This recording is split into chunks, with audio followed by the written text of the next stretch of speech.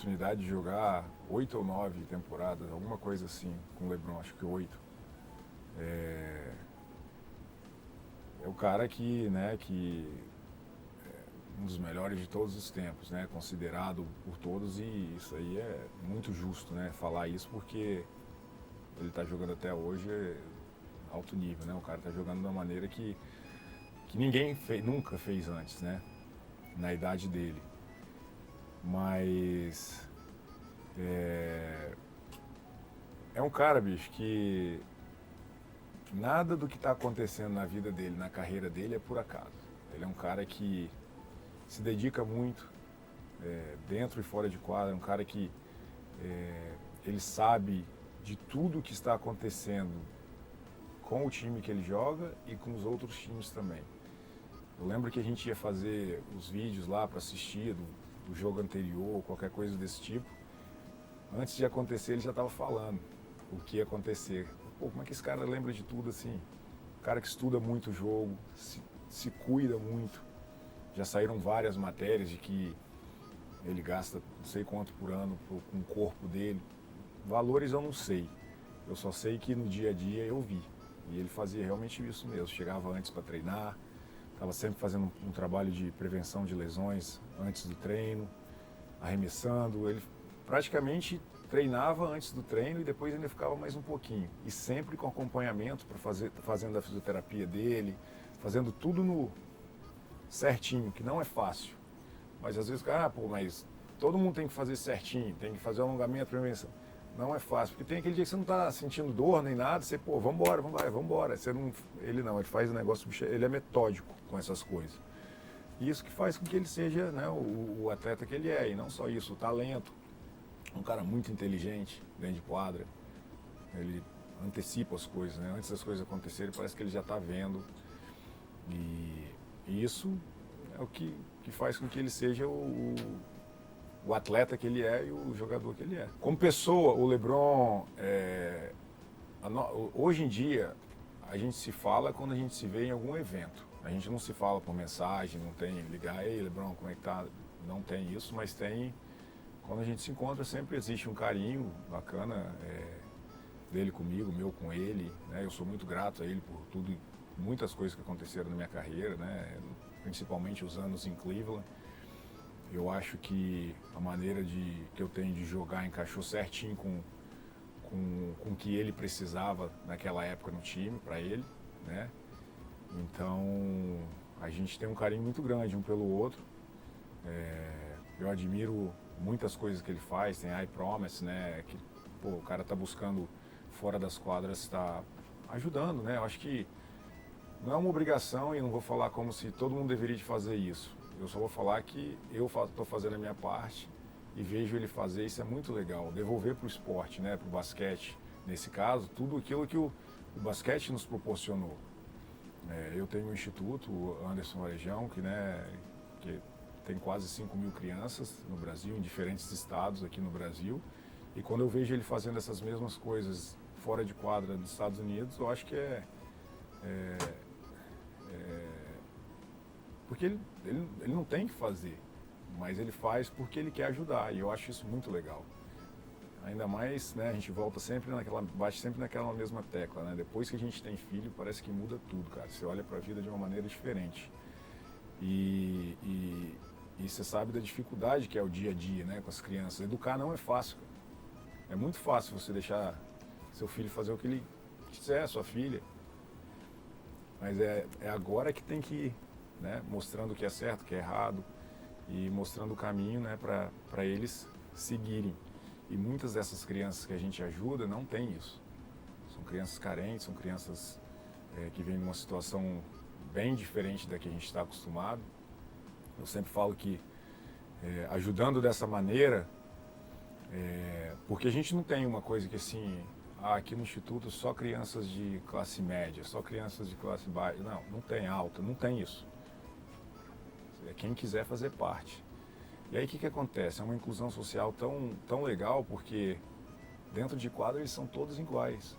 E eles têm que entender isso, eles passam a entender isso, porque o basquete, além de ser um esporte sensacional que te dá aí a adrenalina que dá, ele ensina muito. Ensina você a ganhar, a perder, trabalho em equipe, entender o seu papel dentro de quadra, né? Esse que é o trabalho em equipe. Então isso é muito legal. Então, voltando ao que eu estava falando, é muito legal ver ele ajudando, né, as crianças, adolescentes fora de quadra e fazendo o que ele faz até hoje. E sendo o cara que ele é. Todos aqueles anos ali de início de Cleveland com ele, né, eu cheguei na segunda temporada dele da NBA, eu acho que a liderança dele, né, como ele se preparava para o dia a dia, para os jogos, né, com a equipe, eu acho que tudo isso me chamou muita atenção, porque o LeBron é um cara que desde 16 anos de idade já tem assim uma pressão, se é que existe pressão, né, como a gente falou antes, que a pressão só existe quando você não está preparado, que pô, imagina, desde 16 anos esse cara está em evidência, está todo mundo falando dele, que se isso não acontecer ele vai ser um fracassado, se o outro não acontecer ele vai ser um fracassado. Então acho que uma coisa interessante assim do LeBron e que marcou muito é essa dedicação, entrega, essa vontade de melhorar a cada ano o que aconteceu com ele, essa busca incansável por sucesso, que faz ele ser o cara que ele é. Porque ele não... A idade, né, os anos foram passando e nada mudou para ele. Ele está até, como a gente falou antes, ele está jogando num nível que é impressionante. Ninguém nunca fez isso. Mas por quê? Porque ele é assim, ele vai continuar buscando isso. Ele vai buscar o sucesso incansavelmente. Sou bom nisso, cara. Bola de três é meu forte. Só que eu entendi o meu papel dentro de quadra. É disso que eu estou falando. Você tem que entender seu papel dentro de quadra. Não, mas aquele dia lá foi bacana porque acho que foi a única vez na carreira dele que, até o momento, que ele ganhou um jogo no dia do aniversário dele. Todos os outros antes ele tinha perdido. E foi um jogo contra a Atlanta, que eu lembro que a gente estava jogo duro, bem disputado até o final, e no final a Atlanta deu uma... acho que abriram um pouquinho, aí a gente encostou de novo, aí ficou lá e cá, e aconteceu essa bola no final, mas alguma coisa ali, quando eu vi o Mo Williams batendo a bola para lá e para cá, eu já fui rodando, porque eu tava querendo chutar aquela bola, sabe? Não sei porquê, deu um negócio, eu tava bem no jogo também, aí você vai ganhando moral, fazendo outras coisas. E a bola é o seguinte, era pegar e chutar, não tinha que pensar em nada, em fazer nada, era pegar e chutar. Ainda bem que caiu, né? E agora a gente está contando a história aqui. Eu acho que, claro que o Nenê, eu acho que foi o nosso grande pioneiro, depois teve o Alex, na época teve o Ginóbili também, falando de América do Sul, que não só foram para a NBA, foram e jogaram bem, representaram bem. Então isso fez com que né, os americanos, nesse caso, olhassem diferente pra gente, né? Assim, pô, os caras, quando eles chegam aqui, eles se adaptam e conseguem jogar e rendem e dá certo. Aí eles começaram, né, claro que com méritos nossos, eu diria, a entender que a geração nossa de 82 era uma geração, não só nossa, de Argentina também, que não era só 82, tinha a capacidade de chegar lá e jogar bem. E aí as coisas foram acontecendo, as oportunidades foram chegando e a gente foi abraçando. Eu sempre falo que o mais difícil não é chegar na NBA, o mais difícil é se manter na NBA. Você vê aí todos os anos os jogadores entrando e saindo. Então eu acho que quando você chega preparado e se entrega ao novo desafio com um propósito na cabeça que é eu vou ficar aqui, as coisas dão certo. Seleção brasileira com a NBA, né? Conciliando seleção brasileira com a NBA. Difícil não foi, claro que existia uma sobrecarga física muito grande, mental também, né? Mas, cara, a seleção brasileira, a gente ia para a seleção brasileira porque queria, né? Você ia com aquela alegria, cada convocação, uma sensação diferente, né? Estou na seleção brasileira de novo, vou representar meu país, representar minha pátria, é uma coisa que é única e não muda. Não é assim, eu tenho que estar na seleção. Não, você não sabe, por vários motivos. Ou uma lesão, ou tem um cara que chegou e está melhor que você, e por aí vai. Então eu acho que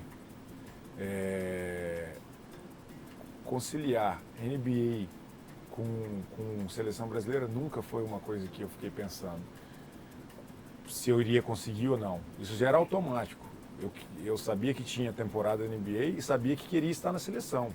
Então eu buscava isso. Infelizmente, algumas vezes eu não pude estar na seleção por questões de contratuais ou lesões, o que é o mais difícil, né? É o que dói mais ficar fora da seleção brasileira por causa de uma lesão ou por uma questão de contrato e coisas desse tipo.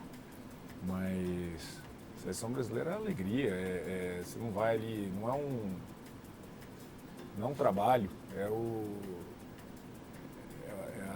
prazer de defender seu país, é diferente. E não estou falando por falar, é realmente diferente. Você está ali e o ambiente que a gente tinha também, mais do que companheiros de seleção brasileira, nós éramos amigos, né? Eu acho que a gente só não foi, não conquistou mais com a seleção brasileira justamente por essas coisas que eu falei, problemas de lesões principalmente. Então acaba quebrando um pouco a sequência, né? Coisas que eu não sei se aconteceram com a Argentina, por exemplo. Quando aconteceu, eu lembro que foi na final do Mundial em Indianápolis que o Ginóbili machucou. Eles acabaram perdendo a final para Iugoslávia na época, né? Infelizmente essas coisas aconteceram, mas faz parte. Eu acho que mesmo assim a gente conseguiu bons resultados, um quinto lugar em Londres, um sexto lugar no Mundial, algo assim. Então, a diferença, cara, entre perder umas quartas de finais para chegar a uma final, até ser campeão, é muito pequena. É um jogo que você perde de um ponto aqui atrás e que na fase de classificação você ganhou do time que foi campeão, sabe? São coisas que jogo dia sim, dia não, é difícil, não é fácil. E às vezes dá certo e às vezes não. Eu acho que eles não tiveram essa parte que eu falei dessas quebras de sequência, né? Lesões e jogadores fora por questões contratuais. Não estou falando assim, com certeza não tiveram. Não lembro se existiu. E se existiu, não foi assim com os jogadores principais deles, se eu me explico. Eu acho que pode ter acontecido, mas não foi com um Ginóbili, um Nocioni, um Scola, um Roberto, ter ficado de fora no momento que eles mais precisavam para uma competição.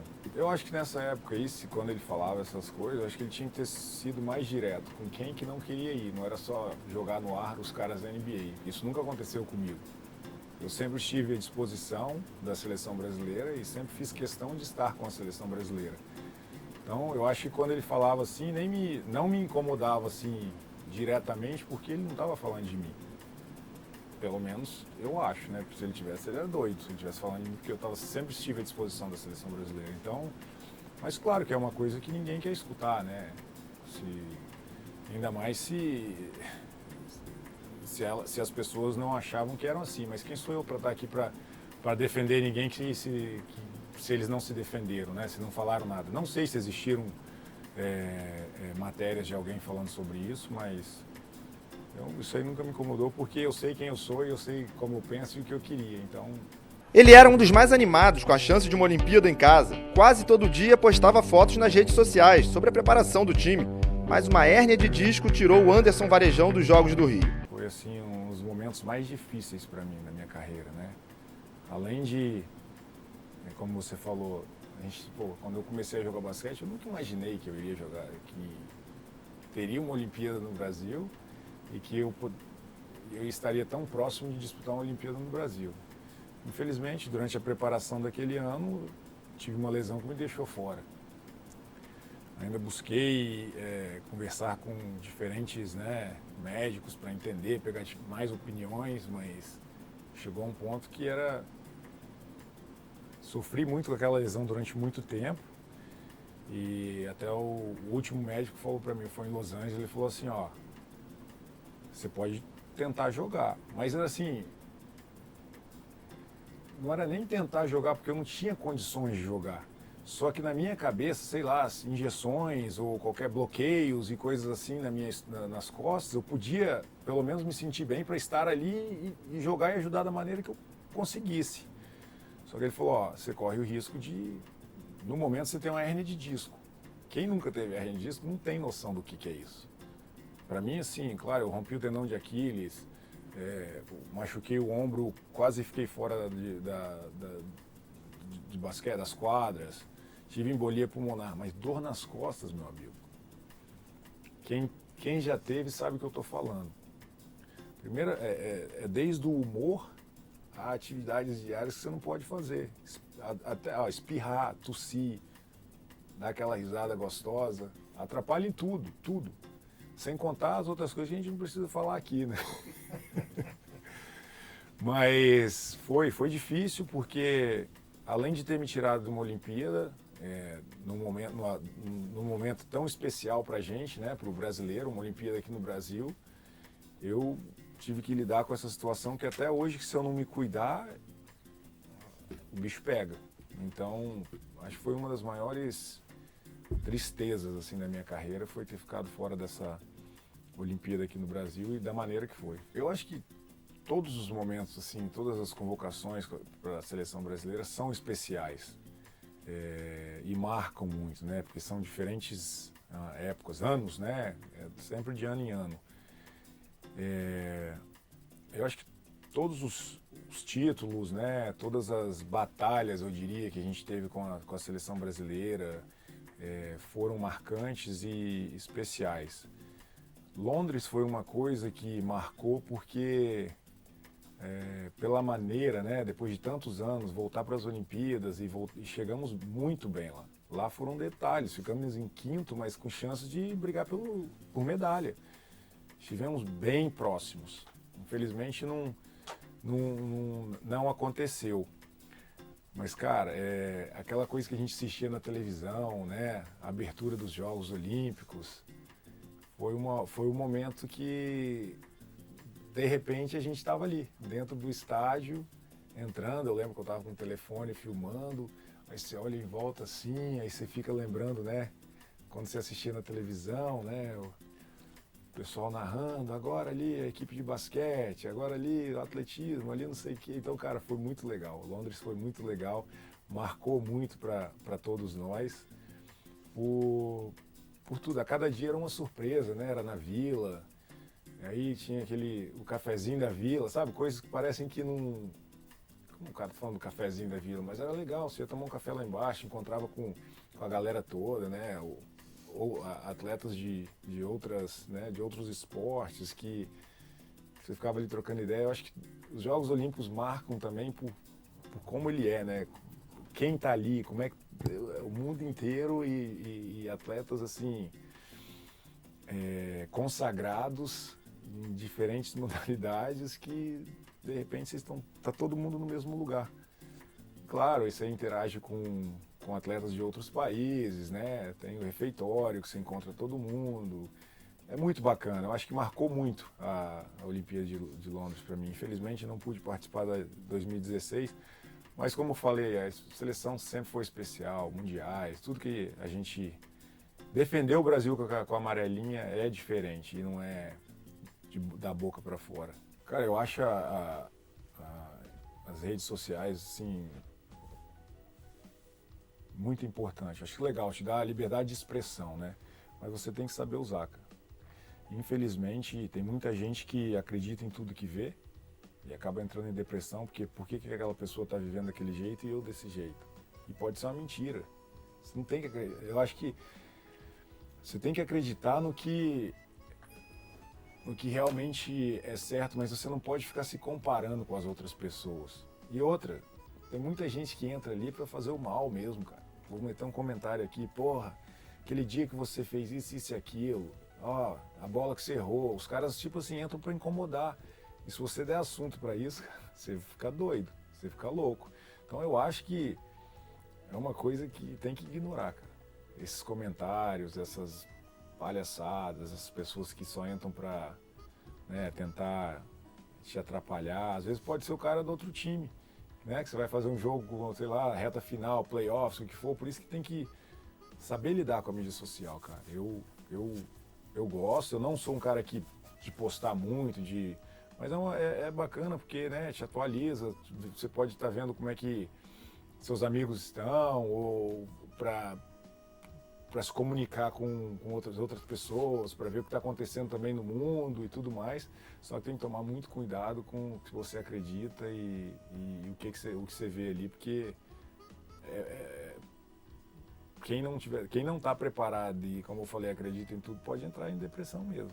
Principalmente quando você é mais novo, né? O cara quer intimidar, quer falar alguma coisa para ver se te tira do jogo, né? Mas eu acho que, sem falar muito, eu acho que eu fui esse cara, o meu papel era mais esse cara de incomodar, né?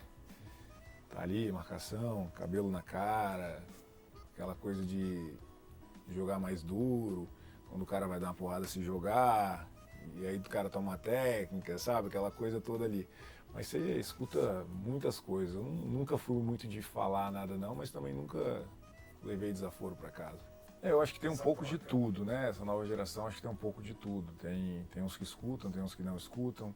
E aí a gente volta a falar, uma geração que vem com uma coisa muito diferente do que a gente tinha antigamente, né? Quando eu comecei, acredito que meus primeiros anos de seleção brasileira não tinha nem celular. E hoje em dia eles têm, é o que eu falei, a liberdade de expressão, mas que pode, tudo que você posta, tudo que você coloca ali, já era, tá ali para sempre. Por mais que você apague, alguém já printou alguma coisa desse tipo. Então o que acontece muito com a nova geração são essas coisas, que quando eles viram atletas profissionais, começam a buscar isso aí e trazer, e aí começam a querer viver meio que, não, mas eu fazia isso, era tudo certo, tava bem assim, agora eu tô aqui, por que eu não posso fazer isso? São coisas que aconteciam, eu acho que também antigamente, né, na minha época, nas gerações anteriores, mas você não tinha essa facilidade de se expressar. E eu acho que a mídia social, ela, como eu falei, ela ajuda, né, porque ela dá essa liberdade, mas ela acaba, em alguns casos, que a pessoa está de cabeça quente, falando alguma besteira, que acaba ficando marcado ali como, ou taxado, né, como otário ou qualquer coisa desse tipo, que às vezes nem é, entendeu? Mas eu acho que tem de tudo, não é só também quem não escuta, não quer escutar e coisas desse tipo. Acabei decidindo voltar para cá por amor à camisa do Mengão e por eu ter saído muito novo do Brasil também, não tive muita oportunidade de jogar aqui no Brasil, sempre que jogava era com a seleção brasileira. Jogar no Flamengo foi muito diferente para mim, assim, claro que você falou, uma camisa de massa, o Flamengo a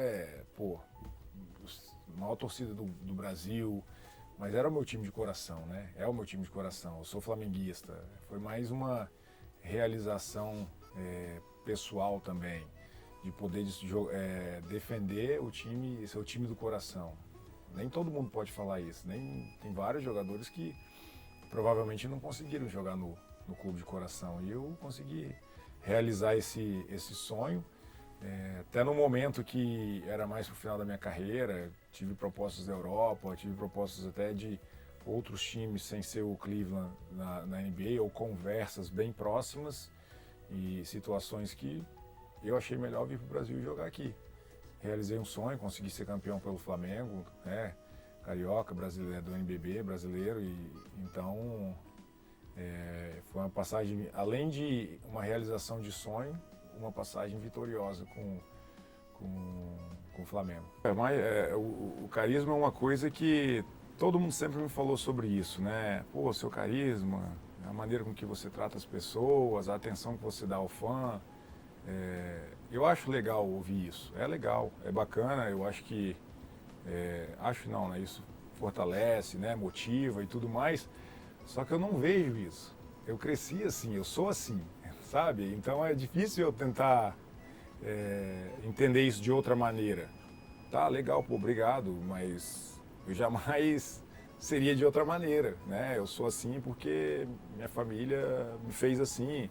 Os amigos de infância, da minha época de adolescente também, me ajudaram a ser assim. Eu sou assim, então não consigo ver, mas eu entendo porque eu vejo, e outras pessoas também, que às vezes você conhece, Sabe aquela coisa que você conheceu a pessoa agora, parece que você já conhece há muito tempo? Então acho que isso é o carisma da pessoa, né? Como ela te trata, como você conversa com ela, se é uma pessoa leve, se é uma pessoa pesada, carregada, aquela coisa toda. Então eu acho que tem muito a ver com isso.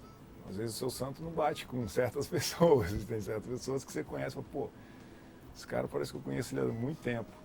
Eu acho que é isso. Então, a história da peruca é o seguinte, o pessoal de relações públicas do Cavs veio conversar comigo um dia e falou, cara, a gente gostaria de fazer a Noite das Perucas.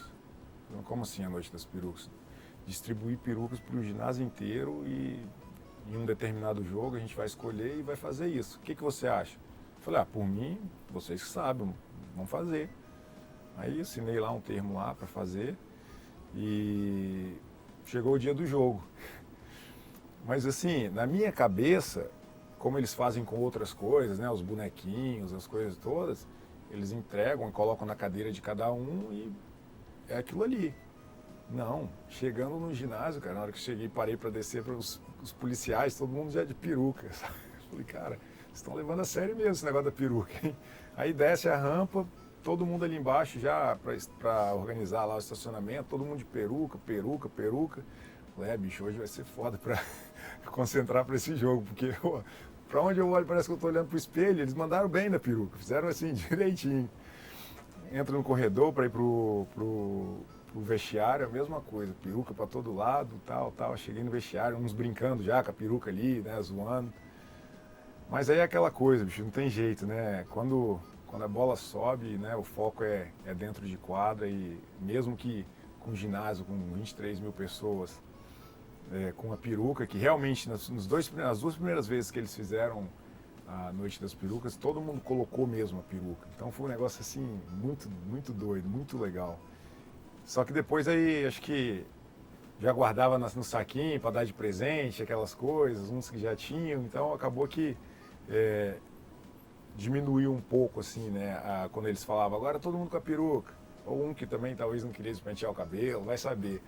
Mas no primeiro ano foi muito bacana, foi muito legal, porque a primeira vez você nunca esquece, né, então foi um negócio que foi além do que eu imaginava. Eu acho por vários motivos, né? Por ser uma coisa nova para todo mundo e pelo carinho que parece que aumentou depois da noite. Todo mundo fala das perucas até hoje. Lá em Cleveland, onde eu vou, e quando eles fizeram lá o cabelo, a peruca, não sei o quê. Então foi uma coisa que marcou, né? Então não poderia ser diferente. Eu saí de Vitória, né, do Espírito Santo, fui para Franca, Barcelona e depois para Cleveland. Para falar a verdade, assim, no início eu não tinha muita noção de como seria, como é que era o clima lá, como é que eram as coisas. Mas meu irmão, quando eu cheguei lá, já de início eu vi que o frio lá era bruto, sabe? Quando começa o inverno, o bicho pega mesmo. Então, nesse início aí foi uma das coisas que eu tive, assim, mais...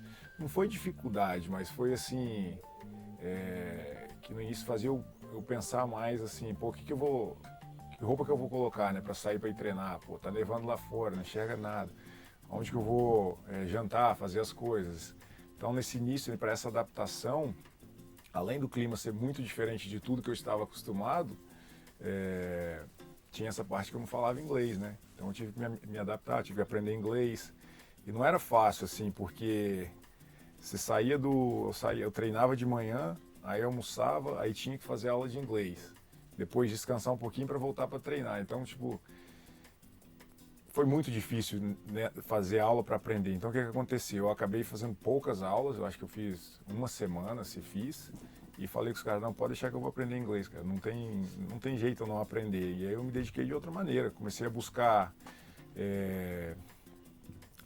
fiz amizades com pessoas até mais velhas na época, aí saía do treino, não sei o que, lá encontrava, só para bater papo mesmo, para ir aprendendo, você vai apanhando, mas vai aprendendo e não ter medo de falar. Então foi o que me ajudou bastante assim para realmente aprender o inglês. Foi o Zydrunas Ilgauskas, esse foi o cara que, né, na época já jogava lá, Ele que me colocou debaixo do braço e me mostrou o caminho. Eu sempre falo, é um cara que eu sou muito grato a ele por tudo que ele fez por mim. Ele foi um grande amigo, mentor, um pouco de tudo para mim naquela fase minha, né, de transição de Europa para os Estados Unidos. Até com o inglês ele me ajudou muito, porque ele tinha muita mania naquela época de mandar mensagem. Então isso te forçava a entender, se não soubesse perguntava a alguém para traduzir, e com isso você, né, vai aprendendo. Ele foi um cara que, dentro e fora de quadra, me ajudou de uma maneira assim que...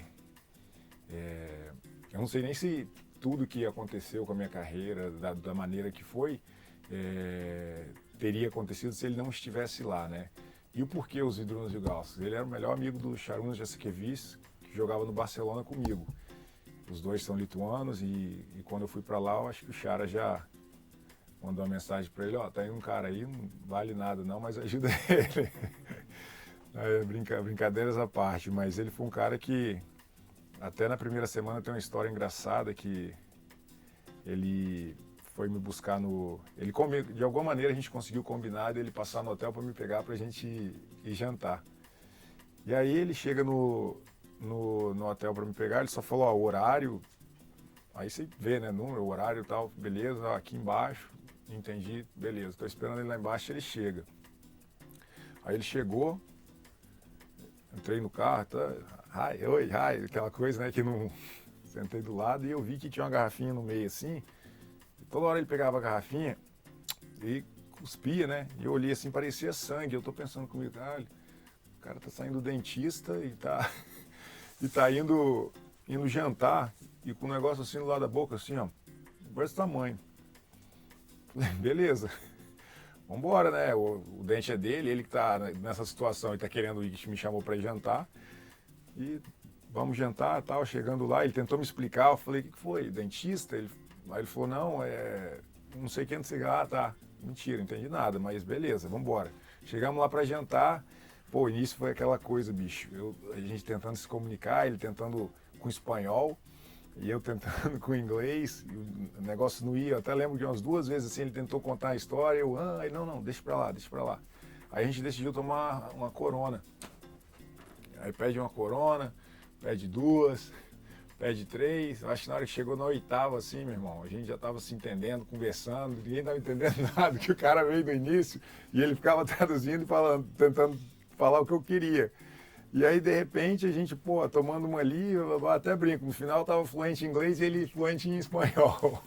Mas até essa foi uma das coisas que ele fez, assim, né, de me ajudar. Fora todas as viagens, logo no início, ele pedia minha comida, porque aí ele já entendeu o que eu queria. Eu sempre pedia a mesma salada e depois escolhia alguma coisa. Era carne, se era frango, se era peixe ou qualquer coisa desse tipo. Mas ele foi um cara, assim, fundamental para minha adaptação, para muitas coisas em Cleveland, desde, né, do clima e tudo mais. E tinha uma churrascaria lá brasileira que ajudou bastante também. Eu ia 3, 4 vezes por semana na churrascaria. As coisas foram acontecendo muito rápidas assim na minha vida, né? Eu comecei em Vitória, no Clube de Regatas Saldanha da Gama. Com 16 anos eu comecei com 11, 12 anos, com 16 anos eu fui para Franca e já foi uma mudança muito grande. Você sair de Vitória, lá do Espírito Santo, para Franca, considerada a capital do basquete e tudo mais. Foi na época que o Sandro voltou dos Estados Unidos que ele me levou para lá. E cheguei com 16 anos para fazer teste, com 19 anos eu estou no Barcelona. Pra você ver como foi muito rápido. Sem saber o que iria acontecer, eu era na época, acho que era infanto ou cadete, não sabia nem se ia passar no teste, e 19 anos eu estou em Barcelona, como assim, seleção brasileira, uma coisa foi muito rápido.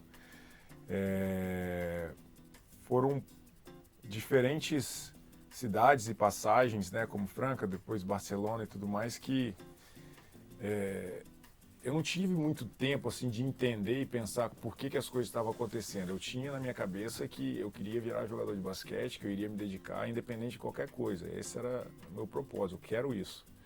E, cara, eu me entreguei a isso, conciliei os estudos até onde deu, terminei o 2º grau e depois, como eu fui para Barcelona, não teve como eu fazer uma faculdade, alguma coisa desse tipo. Mas como as coisas foram acontecendo assim, eu diria que naturalmente, né? A dedicação, o comprometimento e tudo que a minha entrega ao basquete e os resultados foram vindo, é uma coisa que você... Não é que você não sabe onde você está, não é que você não entende onde você está, mas parece que elas são normais, elas viram... não, mas é para isso que eu estou aqui, por isso que as coisas estão acontecendo, porque eu estou fazendo por onde. Não vai acontecer com quem não está fazendo por onde. E eu sempre falo que quanto mais preparado você está, menos pressão existe. A pressão não existe se você estiver preparado para qualquer coisa, independente do que seja. Então, foi assim que eu sempre lidei com essas situações. Eu acho que é sempre ainda mais quando você, na época, saiu do Brasil para ir para a Europa, né? E vários jogadores, né, naquela época, europeus consagrados, né, com história e tudo mais. Claro que você tem aquela, tipo assim, cara, eu estava no Brasil com 16 anos, agora eu estou aqui indo fazer teste para ver se eu iria virar jogador mesmo, e agora eu estou aqui no Barcelona, do lado desse cara, do outro, jogando contra aquele. No início você olha essa situação de uma maneira, tipo assim, pô, tudo que eu me dediquei lá atrás, toda aquela, né, as coisas que eu abri mão de feriados, né, de aniversários, de familiares e estar com meus amigos ou com a minha família, tá valendo a pena, né? As coisas estão acontecendo e tá dando certo porque eu fiz por onde. Mas claro que de início você tem aquela, né, aquela coisa tipo assim, pô, agora eu tô aqui no meio dos caras, mas você sabe que você só tá ali porque você merece estar ali. Então, cada conquista, né, vem com muito trabalho, muita dedicação, muita entrega, mas tudo vale a pena. Na NBA foi a mesma coisa, né? Tem até uma história que... A história não, uma coisa que eu fazia, que era... Tinha aqueles livros da NBA, né? Álbuns de figurinha da NBA que eu colecionava, se eu não me lembro, na época, acho que foi em 93 ou 94, alguma coisa assim, que... Não sei se foi meu irmão, o Sandro, que me deu o álbum e, né, eu não completei porque não tinha condições e também não... na época o acesso a essas coisas era mais difícil, mas depois que eu cheguei na NBA eu dei um jeitinho e acabei completando o álbum, porque você entra no eBay e você acha tudo, né? Eu consegui completar o álbum, foi bacana, uma coisa que eu não esperava, nem pensava nisso, graças à minha mãe que guarda tudo. O álbum estava lá ainda, lá em casa, e aí eu levei comigo para os Estados Unidos e completei. Uma galera, né, no álbum que eu assistia aqui no Brasil na época, como moleque. Alguns eu joguei com eles lá, outros contra, mas acho que, se eu não me engano, tinha o Daniel Marshall, que jogou em Cleveland, que eu tinha a figurinha dele, Scott Pollard, tinha o Scott Williams, e os outros, né, que já eram estrelas que eu joguei contra. Então são situações e coisas que você passa na vida, né, no esporte, que você nunca imagina e que de repente acontece, né, quando as coisas vão dando certo. De você admirar uma pessoa, né, assistir na televisão, ser fã e de repente estar do lado dela dentro de quadra. Isso são coisas do esporte mesmo. Eu sempre falo que, às vezes conversando, eu falo assim, cara, realmente quando você chega num patamar desse, né, de Europa, de NBA, até mesmo no Brasil, dependendo da situação, você é mimado, né? E no bom sentido, não estou falando que não tem que ser assim, porque tem de tudo. Você chega no ginásio, você não precisa levar seu tênis. Você vai de uma situação que no Brasil eu viajava com meu tênis para jogar, eu levava minha roupa, né, tensor, camisa que botar por baixo da camisa de jogo, a uma situação que você só tem que se preocupar em arrumar sua mala para viajar, que o clube leva tudo. E em algumas situações na Europa também era voo privado. NBA são todos, né, voos privados. Então é facilidade para tudo, né, até para uma reserva em restaurante, por aí vai. É um mimado no bom sentido, mas o que me faz manter os pés no chão? Família, cara, amigos. Amigos, a família não é... São princípios, né, cara, de vida e tudo mais. O que os seus pais, né, te mostram lá atrás. O que é importante na vida, como é que tem que ser. Eu acredito muito em tratar as pessoas da maneira que eu gostaria de ser tratado, sabe? Não é conversa fiada. Tem que ser assim, cara, porque não tem nada pior do que você ver uma pessoa destratando a outra porque acha que é mais que ela. E normalmente é a pessoa que não é mais que a outra que faz isso. Então, cara, eu acho que é berço, é família, são amigos que te falam o que tem que falar na hora certa, não só batem as suas costas, você tá certo. Tudo muito fácil, então se você não tiver o pé no chão, tiver uma pessoa que do seu lado que não vai estar te falando o que realmente tem que ser, você acaba se perdendo e fazendo besteira, porque da maneira que realmente faz você se sentir e achar que, pô, sou foda, tô numa situação aqui que muitas pessoas gostariam de estar aqui. E tem gente que acredita que quando chega num patamar desse, por questões de achar que está numa situação diferente, acha que tem que ser dessa maneira.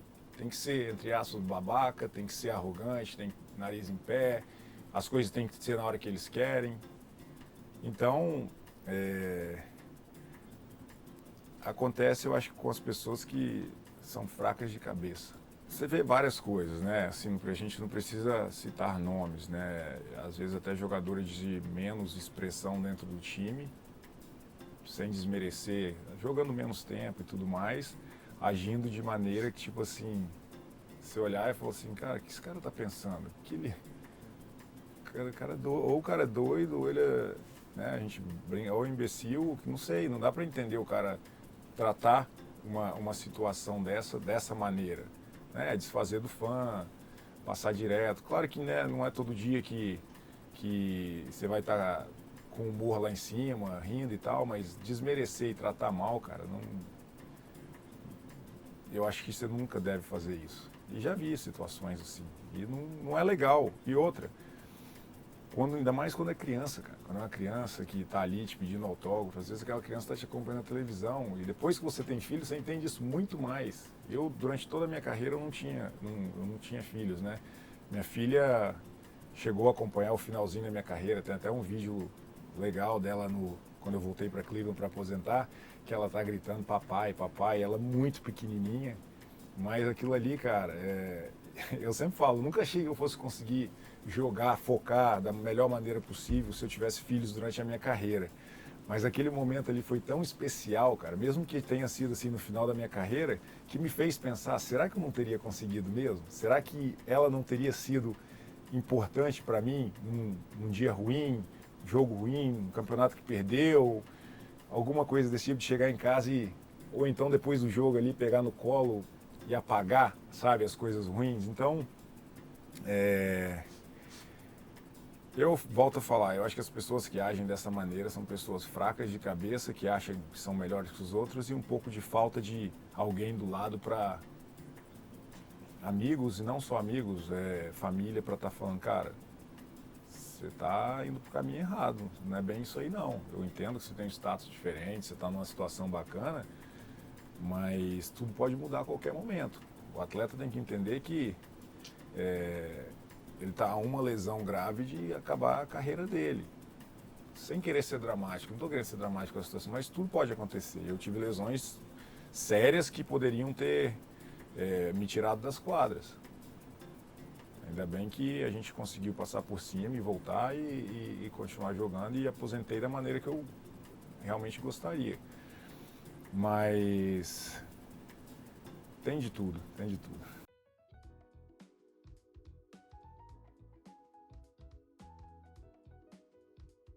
LeBron James. Por quê? Olha essa. Não, o LeBron, eu acho que a gente está vendo aí tudo que ele conquistou, né? A história dele, jogando alto nível até hoje, o atleta que ele é, sem dúvidas, foi o LeBron.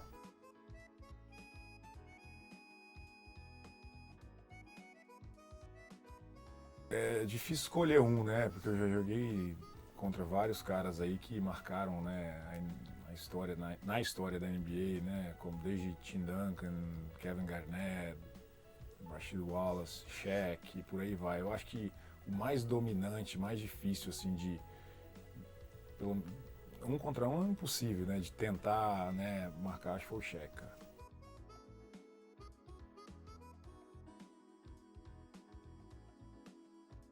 É difícil falar sobre isso porque talvez a maior atuação da minha carreira não foi, eu não obtive o melhor resultado. Então eu acho que a melhor atuação da minha carreira vai ser aquela que eu consegui impactar o jogo da melhor maneira possível para a gente acabar sendo campeão. Difícil de lembrar uma, mas eu acho que aqueles anos lá, os anos em Cleveland de brigas de finais de conferência, até NBA e tudo mais, foram os melhores anos lá eu diria, das minhas atuações, porque eu nunca fui titular, eu não era titular naquela época, não é que eu nunca fui titular, não era titular naquela época, mas eu era titular, porque para mim titular é quem termina os jogos, não é quem começa. E isso acontecia muito, às vezes eu jogava 20, 30 minutos, mas não começava, saía do banco, que é muita história do Ginóbili, sem querer me comparar com o Ginóbili, né? Mas eu acho que aquela época, aqueles anos lá, assim, foram os anos que eu tive assim, as minhas melhores atuações.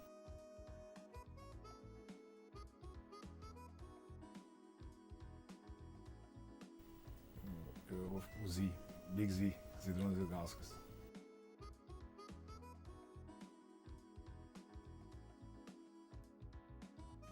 Mais chato de reclamar, de tudo. Hoje em dia, né, tem muita gente que chama ele de chato da maneira que ele joga, como é que ele é, fala o que vem na cabeça, mas é um cara extremamente inteligente e foi, pra mim, sempre falei, o pulmão do Warriors, né, o Draymond Green. Mas o Rasheed Wallace era chato pra caramba também.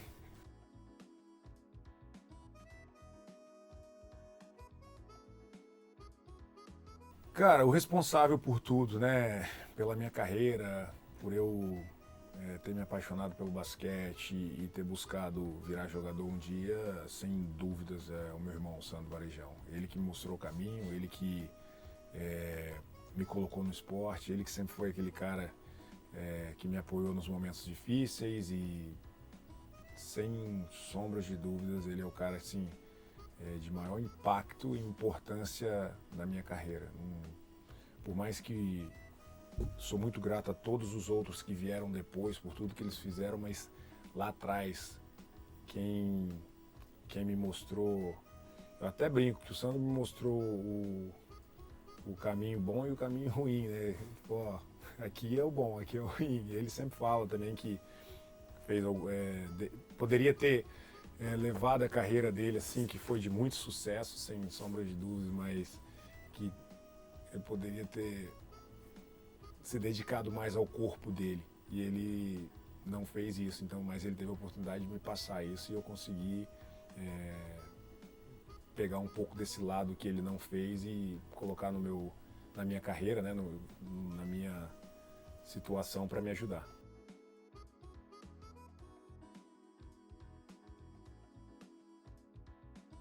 Título inesquecível. Todo título é especial, não tem jeito, né? Eu sempre falo que em 2007, quando a gente ganhou a Conferência Leste do Detroit, que ninguém esperava, o Detroit com aquele timaço deles e tudo mais, marcou muito, né? Porque já fazia muito tempo que Cleveland não chegava nos playoffs, né? E de repente a gente teve 2 anos ali, uma sequência muito boa. No primeiro ano a gente perdeu para Detroit, depois no segundo ano a gente conseguiu ganhar deles na Conferência Leste, como a gente ganhou, a maneira que foi, a festa da cidade e tudo mais. Sem dúvidas foi um dos títulos, né, de conferência, assim, nesse caso de conferência, que marcou muito. Mas, como eu falo, todo título é especial. Pô, Seleção Brasileira, Copa América, né, Sul-Americano, Pan-Americano, todos os títulos têm uma história diferente, um momento diferente da minha carreira e marcaram.